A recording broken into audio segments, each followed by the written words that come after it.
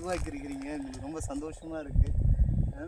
அடுத்த தலைமுறைக்கு ஒரு பெரிய சொத்து கொடுக்கலாம் அப்படின்னா, நம்ம சேமித்து வச்சு ஒரு அப்பா வந்து அவங்க குழந்தைக்கு கொடுக்குறாங்கன்னா, அது ஒரு பெரிய சொத்தாக எனக்கு தெரியல. இந்த மாதிரி விஷயங்கள் வந்து தான் ஒரு பெரிய சொத்தாக இருக்கும். நீங்கள் வந்து உங்களுடைய குடும்பத்துக்காக நீங்கள் சேர்த்து வைக்கிறீங்கன்னா, அது ஒரு சொத்தாக இல்லை. இதை ஒட்டுமொத்த சமுதாயத்துக்கும் சேர்த்து ஒரு சொத்தை சேர்த்து வச்சுருக்கிறீங்க. அதுதான் இந்த காடு. ரொம்ப அருமையாக சேர்த்து செஞ்சு வச்சுருக்கிறீங்க. ஸோ இந்த மரத்தை பற்றி கொஞ்சம் தெரிஞ்சுக்கணும்னு விரும்புகிறேன் சார். இது என்ன மரம் சார் இது? இது வந்து மேங்க்ரோவ்ஸில் கிட்டத்தட்ட 70 வகையான வகைகள் இருக்குது. அதில் இந்தியாவில் ஒரு 13-14 வகைகள் தான் வளரும். அதில் பழவேற்காட்டில் அவிசினியா மெரினாங்கிற ஒரே ஒரு வெரைட்டி மட்டும் தான் இருக்கும். இதுதான் அவிசினியா மெரினா. இது வந்து இந்த ரூட்டெல்லாம் பார்த்திங்க அப்படின்னா இதான் சுவாசிக்க வேர்கள் சொல்லுவாங்க. இப்போ இதுக்கு முன்னாடி பார்த்த மரங்கள் பார்த்திங்கன்னா ரைசோபோரா முக்கரனேட்டா. அது ரூட் வந்து மேலேருந்து கீழே இறங்கும் ஆலமரம் மாதிரி. ஸோ அதோடைய இலைகள் ரொம்ப தடிமனாகவும் இருக்கும், ஒரு க்ரீனாகவும் இருக்கும். இதை கம்பேர் பண்ணும்போது இருக்கும்.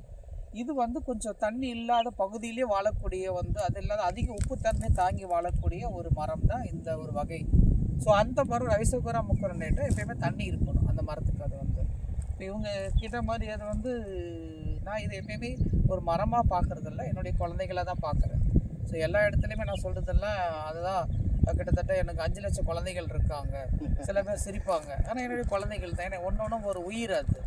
இதில் இன்னும் சொல்லப்போனால் இஸ்லாமில் கூட ஒரு வார்த்தை சொல்லுவாங்க, இந்த உலகத்தில் யார் ஒரு மரத்தை நடுறாங்களோ அவங்களுக்காக இறைவன் வந்து சொர்க்கத்தில் ஒரு மரத்தை நடுவாங்க அப்படின்னு சொல்லிட்டு. ஏன்னா இந்த மரங்கள் வந்து மற்ற மரங்கள் மாதிரி இல்லை. இது வந்து ஆகாயத்துக்கும் நன்மை, நிலத்துக்கும் நன்மை, பறவைகளுக்கும் நன்மை, மனிதர்களுக்கும் நன்மை. இது மாதிரி மல்டி பெனிஃபிட்ஸ் இதில் இருக்குது. ஏன்னா அட்மாஸ்பியர் ஐடாஸ்பியர் சொல்லுவாங்க. இதில் வந்து நீங்கள் கடலுக்குள்ளே ஆற்றுக்குள்ளே பார்த்தீங்கன்னா ஜூவினல்ஸ், நண்டு, மீன், இறால் எல்லாம் பாதுகாப்பாக வளர்ந்து வெளியில் வர்றதுக்கு ஒரு உதவியாக இருக்குது. மண்ணரிப்பை தடுக்கும், வெள்ளத்தை தடுக்கும். அது இல்லாமல் தண்ணியை சுத்தம் பண்ணும். திஸ் வாட்டர் பியூரிஃபையர், தண்ணியை சுத்தம் பண்ணும்.